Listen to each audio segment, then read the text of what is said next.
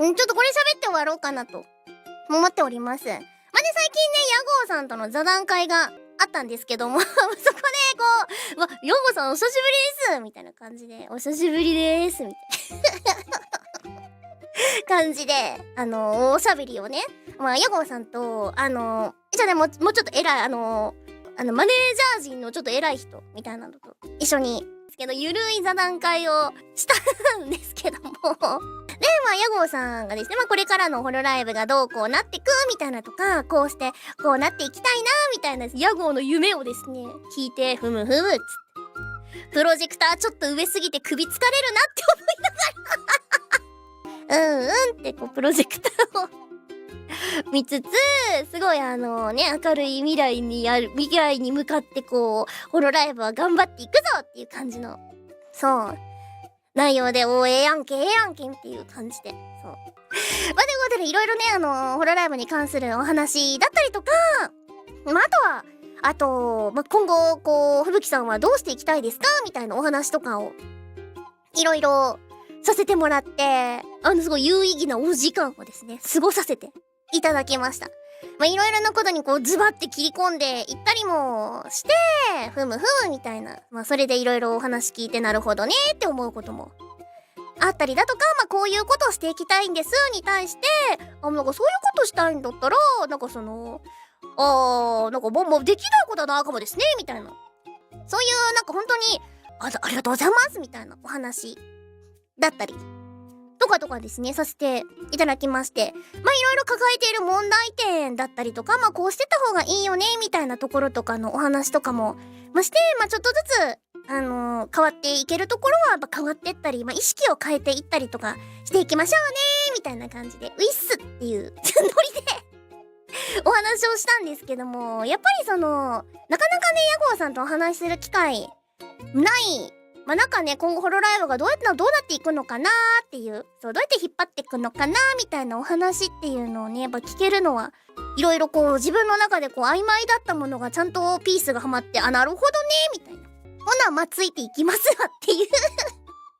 感じで、改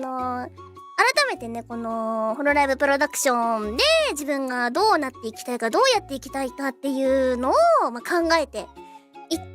いかにこのホロライブプロダクションの船に乗っかっていけるかなっていうのをですね、考える良い機会になりました。よかったです。なのでホロライブプロダクションの船に乗っかれるように、自分も積極的にいろいろとね、やりたいです。やれることをやれる範囲でやっていくっていう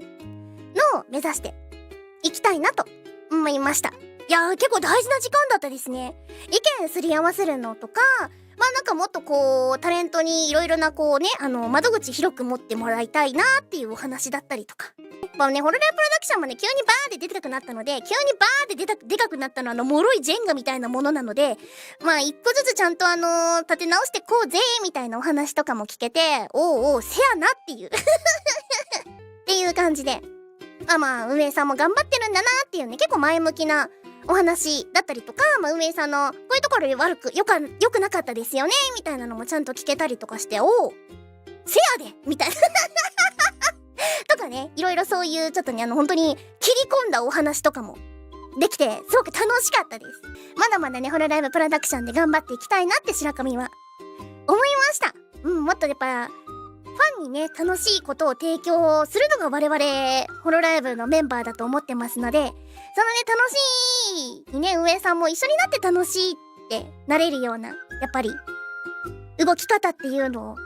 一タレントとして心がけていきたいなと思っております。やっぱね、運営さんとね、ギクシャクしながら一緒にやっていくっていうのは絶対居心地悪いのでお互いね、譲れないところもありながらも、いいところの妥協案っていうのは大事だと思ってるので、そういうところを一緒に見つけて一緒に頑張っていって、でそれにファンの皆さんもね、ええやんって思ってもらえるようなやっぱ活動を心がけて楽しんでいきたいなと思っておりますので、ぜひともね、これからも俺いい感じにまとまってきたか。これからもね、白神とホロライブよろしくお願いしますっていうお話で今回は締めさせていただこうかなと思います。話